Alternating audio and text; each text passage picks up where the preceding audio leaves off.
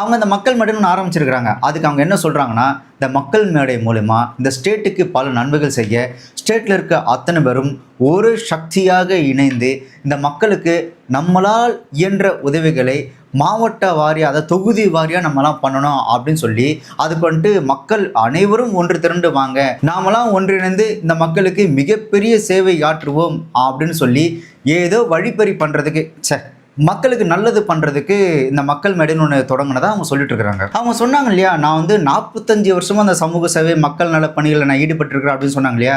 அதை எந்த ஆங்கிளில் யோசித்து பார்த்தாலும் அவங்க வந்துட்டு இந்த மக்கள் பணி செஞ்சதாக எனக்கு ஞாபகம் வரவே இல்லை. ஒருவேளை அது வேறு ஏதாவது கண்ட்ரியில் இருக்குமா அப்படின்னு யோசிச்சு பார்த்தாலும் அப்படி ஞாபகம் வரல. சரி, அப்படி தான் ஞாபகம் வரல. அட்லீஸ்ட் தன்னை மூடி கனவு கண்டாலாவது, கனவுலையாவது இவங்க பண்ணது கற்பனையாவது நமக்கு ஞாபகம் வருதா அப்படின்ற மாதிரி நானும் எவ்வளோ யோசித்து பார்த்தேன்.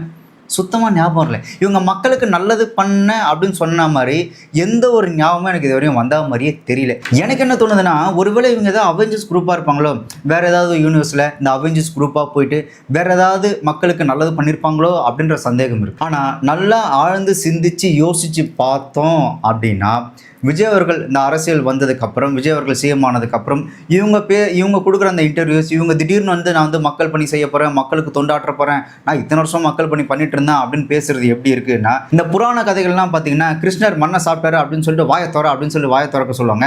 அப்போ அவர் வாயை திறக்கும் போது பார்த்தீங்கன்னா அவரோட வாய்க்குள்ள உலகமே இருக்கும். அந்த மாதிரி ரஜினிகாந்த் சாரோட அவங்க சொந்த பந்தங்கள், அவங்க உறவினர்கள் அத்தனை பேருக்கும் அவங்க வாயை திறந்தாலே விஜய் அப்படின்ற நபர் மீது இருக்கக்கூடிய வன்மம் தான் தெளிவாக தெரியுது. விஜயும் அவரோட குழுவும் இந்த எலெக்ஷனில் வெற்றி பெற்றதுக்கு அப்புறம் திடீர்னு மக்கள் மேலே எங்களுக்கும் அக்கறை இருக்குது, நாங்கள் மட்டும் நினைச்சவாங்களா, நேர்க்கும் இல்லாத அக்கறையா அப்படின்ற மாதிரி இவங்க பேசுறது எப்படி சொல்கிறதுனா, சரிமான விடுங்க. ஆனால் எனக்கு ஒரு விஷயம் நல்லாவே புரியுது, தெளிவாகவே தெரியுது. என்னென்னா, இந்த மக்கள் மேடை திடீர்னு இந்த மக்கள் தொண்டு ஆட்டுறேன், நான் அந்த மக்களுக்கு சேவை செய்ய வரேன் அப்படின்னு சொல்லி இவங்க கொடுக்கக்கூடிய இன்டர்வியூஸ் எல்லாத்துலேயுமே இவங்க என்ன ட்ரை பண்ணுறாங்க அப்படின்னா, சூப்பர் ஸ்டார் அப்படின்ற ஒரு டுபாகோர் மெட்டீரியலை மக்கள்கிட்ட திரும்பவும் ஏமாற்றி எப்படியாவது விற்றுடலாம் அப்படின்னு ட்ரை பண்ணுறாங்க.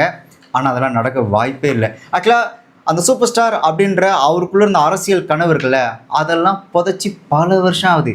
திருப்பி அதை எடுக்கிறதுலாம் வாய்ப்பே இல்லை. பட் இவங்க என்ன பண்ணுறாங்கன்னா, இல்லை நம்ம ஆத்துக்காரர் ரொம்ப நல்லவர், நாங்களாம் மக்கள் பண்ணி ஆட்டுறோம் அப்படின்னு சொல்லி அந்த டுபாகோர் மெட்டீரியலை மறுபடியும் சேல்ஸ் பண்ண வராங்க. வாய்ப்பு இல்லை.